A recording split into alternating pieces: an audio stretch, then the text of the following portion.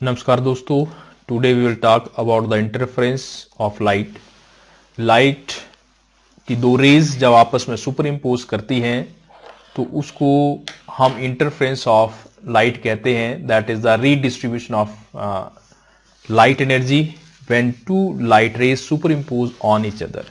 और ये जो इंटरफेरेंस ऑफ लाइट है, इसको स्टडी करने के दो तरीके हैं। एक हम कहते हैं interference by division of wave front और दूसरा होता है डिवीजन ऑफ एम्पलीट्यूड।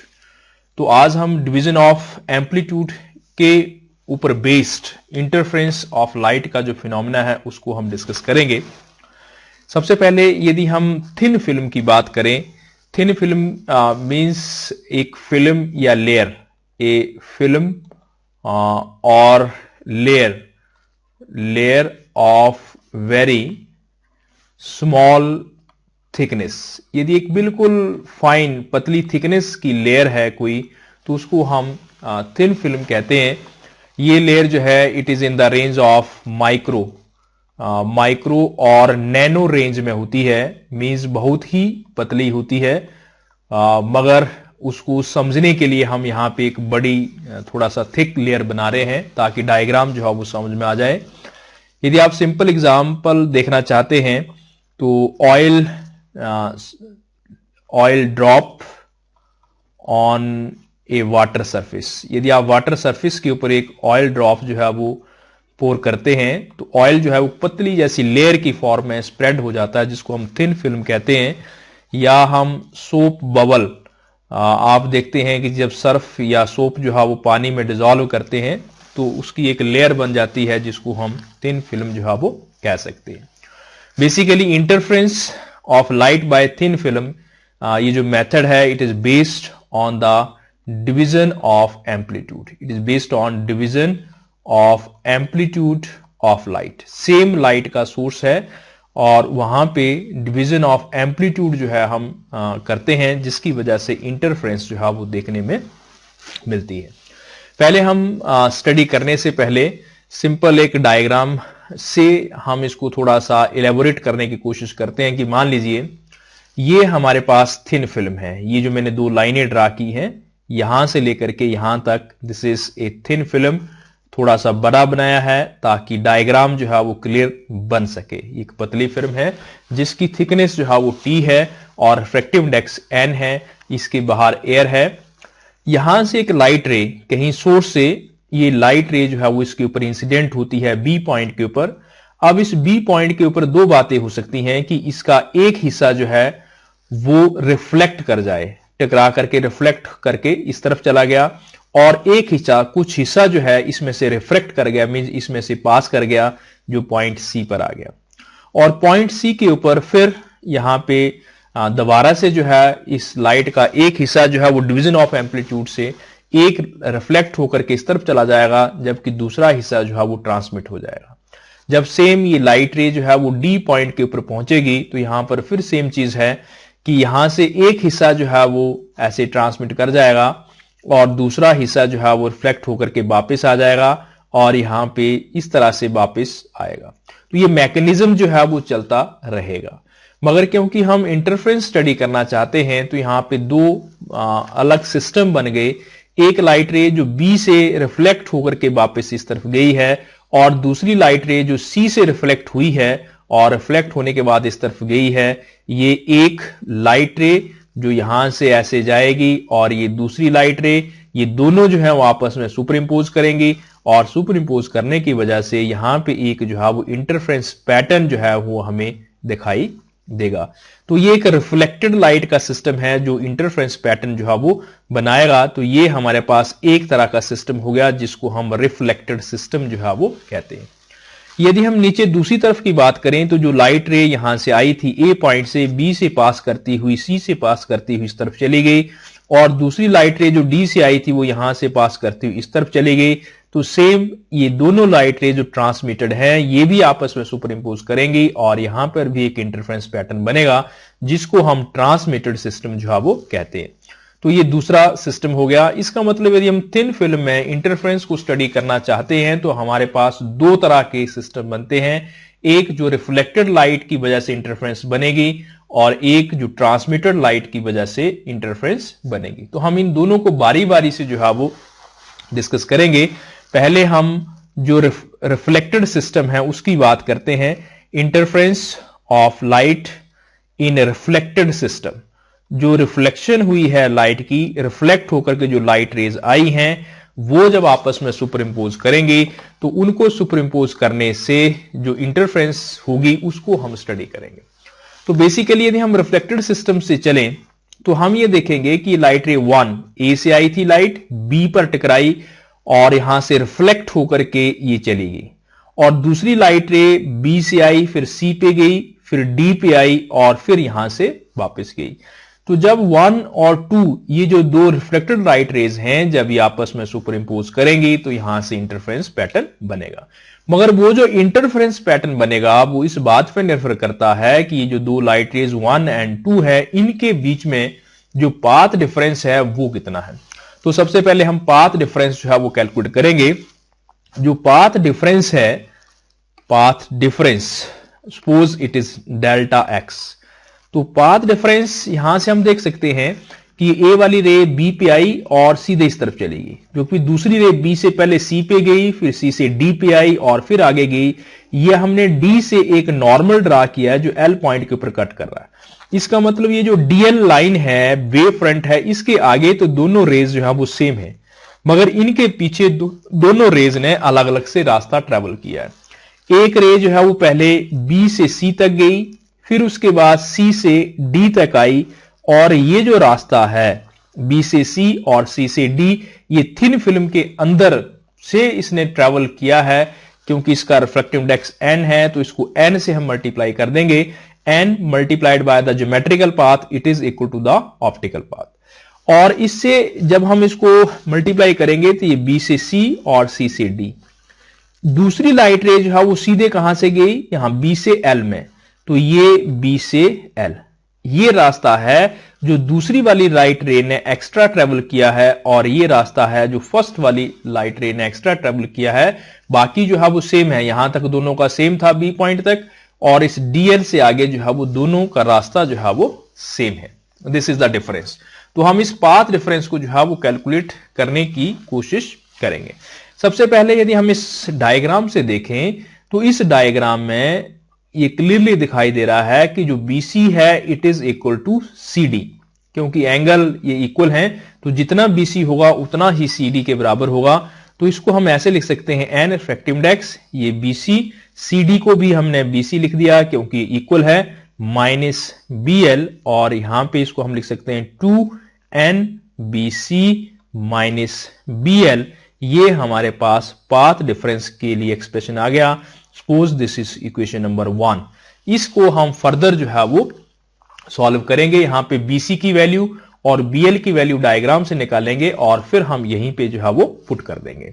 तो इस डायग्राम में पुट करने के लिए सबसे पहले हम वैल्यू निकालने के लिए ये डायग्राम दोबारा से मैंने यहां पे बना रखा है ताकि आसानी रहे देखने में। हम ट्रायंगल ले लेते हैं, ट्रायंगल BDL। यदि हम ये B पॉइंट है, ये D पॉइंट है और ये L है, ये वाला I होगा तो ये एंगल I होगा।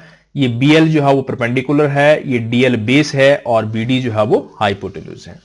यहां से यदि हम BL अपॉन BD लिखें, BL ये B है L, तो BL जो है परपेंडिकुलर है और BD हाइपोटेन्यूज है, तो यहां से ये हो जाएगा it will be equal to sine of I, और BL it will be equal to BD and sine of I। ये जो BD है ये यहां तक है, it can be written as BM plus MD। तो इसको हम ऐसे लिख लें कि भाई it is equal to BM plus MD, और यहां पे it is equal to sine of I।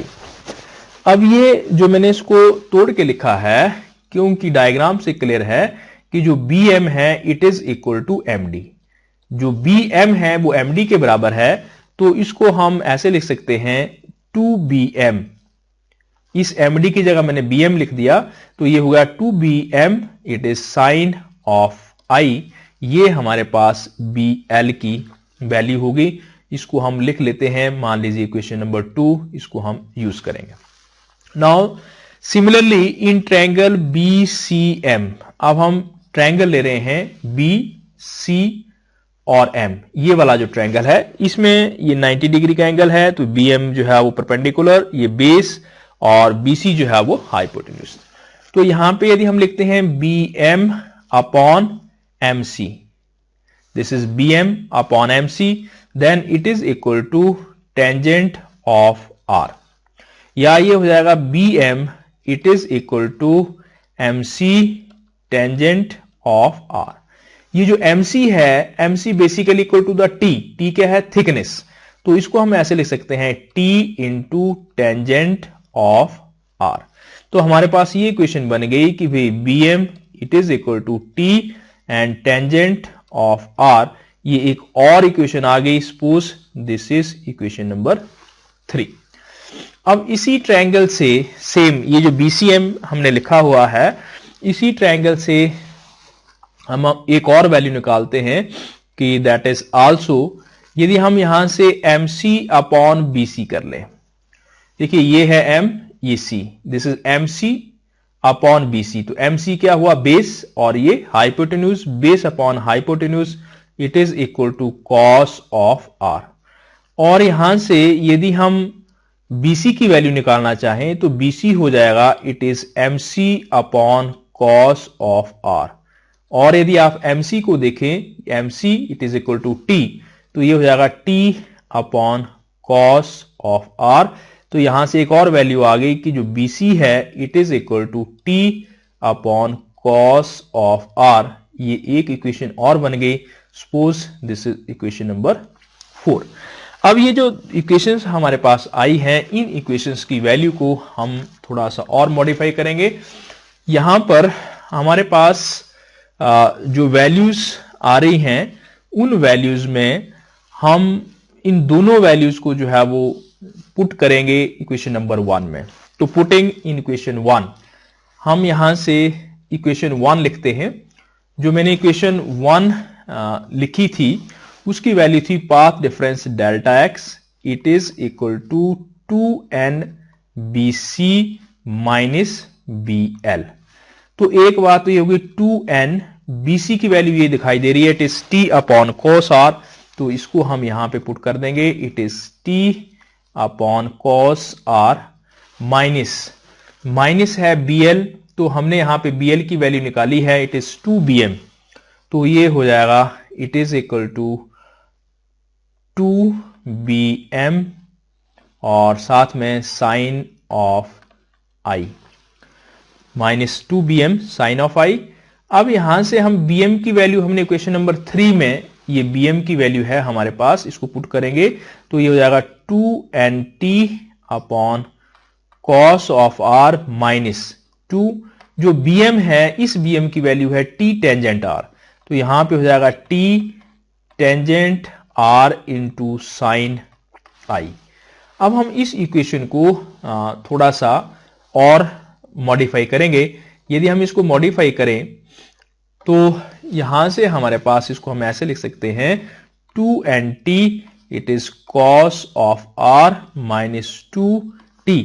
ये जो टेंजेंट R है it can be written as sine R upon cos of R। और हमारे पास एक एक्सप्रेशन होता है जिसमें हम ये लिखते हैं कि refractive index it is equal to sine of I upon sine of R।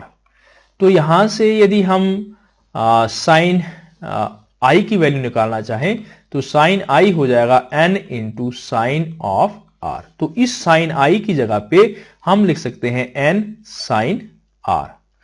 अब यहां से 2NT upon cos R it can be taken as common, 1 हो गया है, सारा का सारा फैक्टर कॉमन चला गया, 1 माइनस यहां से 2T upon cos R common, N common, minus sine R का स्क्वायर, और it can be written as 2NT it is cos of R।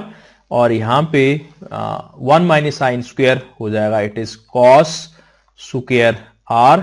एक कॉस जो है वो इसके साथ कैंसिल हो जाएगा, तो हमारे पास आ गया कि path difference it is equal to 2NT cos of R। तो ये एक्सप्रेशन जो है हमारे पास पाथ डिफरेंस के लिए आ गया कि दो जो लाइट रेज हमने निकाली थी उन लाइट रेज का जो पाथ डिफरेंस है वो हमारे पास 2nt cos r के बराबर आ रहा है। अब यहां पे ये जो पाथ डिफरेंस की वैल्यू आई है, इस पाथ डिफरेंस की वैल्यू से हम थोड़ा सा जो कंडीशंस होती है मैक्सिमा और मिनिमा की, उसके ऊपर जो है वो बात करेंगे। जो इंटरफेरेंस के केस में हम ये देखते हैं कि जो हम रिफ्लेक्टेड सिस्टम की लाइट की बात कर रहे हैं, क्योंकि लाइट यहां पे रिफ्लेक्ट होकर के जा रही है, तो जब रिफ्लेक्शन ऑफ लाइट होती है तो उस केस में एक एडिशनल पाथ डिफरेंस λ/2 और फेस डिफरेंस पाई जो है वो इंट्रोड्यूस हो जाता है। जब भी लाइट जो है वो किसी डेंसर मीडियम से रिफ्लेक्ट होती है तो एक λ/2 जो है वो एडिशनल पाथ डिफरेंस जो है वो अराइज हो जाता है।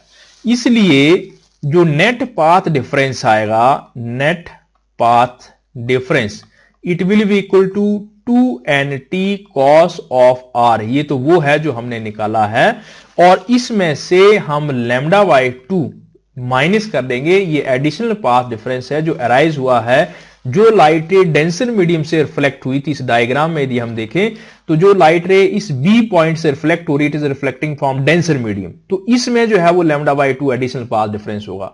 ये जो दूसरे वाली है ये यहां से रिफ्लेक्ट हो रही है, it is reflecting from rare mediums के आगे रेयर मीडियम है, इसलिए इसमें नहीं, जो फर्स्ट वाली है उसमें λ/2 आएगा। तो यहां हम देखेंगे कि हमने जब पाथ डिफरेंस निकाला था तो इस BL को माइनस किया था इक्वेशन 1 में, इस वजह से हम यहां पे इसको जो है वो माइनस करेंगे, तो माइनस λ/2 ये हमारे पास पाथ डिफरेंस आ गया। अब हम जो कंडीशंस लिखते हैं, हमें ये मालूम है कि फॉर मैक्सिमा या जो कंस्ट्रक्टिव इंटरफेरेंस होती है, उस कंस्ट्रक्टिव इंटरफेरेंस के लिए जो कंडीशन है वो ये है कि जो पाथ डिफरेंस है वो इंटीग्रल मल्टीपल ऑफ लैम्डा, जब इंटीग्रल मल्टीपल ऑफ लैम्डा हो that's delta x if it is equal to m into lambda. जब इंटीग्रल मल्टीपल ऑफ लैम्डा होता है तब कंस्ट्रक्टिव इंटरफेरेंस होती है। मगर यहां पे हमारे पास पाथ डिफरेंस आ रहा है 2nt cos of r minus λ/2, it is equal to m lambda. और इसको हम ऐसे लिख सकते हैं 2nt cos of r equal to, इस माइनस λ/2 को हम इस तरफ ले जाएं तो ये हो जाएगा 2m+1 और साथ में λ/2। तो ये कंडीशन आ गई मैक्सिमा के लिए। और उसी तरह से यदि हम मिनिमा की बात करें, डिस्ट्रक्टिव इंटरफेरेंस की बात करें, तो डिस्ट्रक्टिव इंटरफेरेंस में जो पाथ डिफरेंस है 2nt cos of r minus λ/2, ये होता है it is equal to 2m+1 λ/2 के बराबर होता है।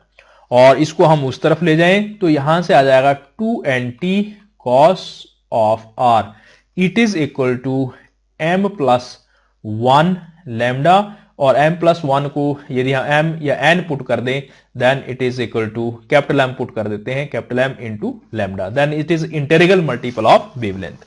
तो हम ये देख रहे हैं कि यदि ये वाली कंडीशन होगी तब जो है वो मिनिमा बनेगा, और ये वाली कंडीशन होगी तो मैक्सिमा बनेगा। तो जो हमें इंटरफेरेंस में यंग्स डबल स्लिट एक्सपेरिमेंट या जनरल इंटरफेरेंस में जो कंडीशंस थी, उन कंडीशंस का ये रिवर्स हो गई। जो वहां पर मैक्सिमा की कंडीशन थी वो यहां पे मिनिमा की है, और जो मिनिमा की थी वहां पे वो यहां पे मैक्सिमा की है। तो ये हमने जो डिस्कस किया, it is about the reflected system of light. मगर इस चीज को हम तभी कंपेयर कर सकते हैं जब हम ट्रांसमिटेड सिस्टम की भी साथ में बात करें। तो हम ट्रांसमिटेड सिस्टम की बात साथ में करते हैं। ये मैंने ऑलरेडी ड्राइव कर रखा हुआ है टाइम को सेव करने के लिए।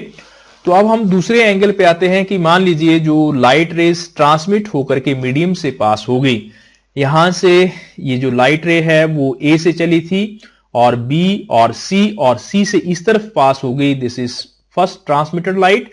फिर सी से डी पे गई और डी से वापस आई और फिर यहां से वापस हुई, ये सेकंड। ये दोनों जब आपस में सुपर इंपोज करेंगी तो यहां पर भी एक इंटरफेरेंस पैटर्न जो है वो बनेगा, जिसको हम ट्रांसमिटेड सिस्टम कहते हैं। तो इस ट्रांसमिटेड सिस्टम को बिल्कुल हम वैसे ही डिस्कस करेंगे जैसे हमने रिफ्लेक्टेड सिस्टम की बात की थी।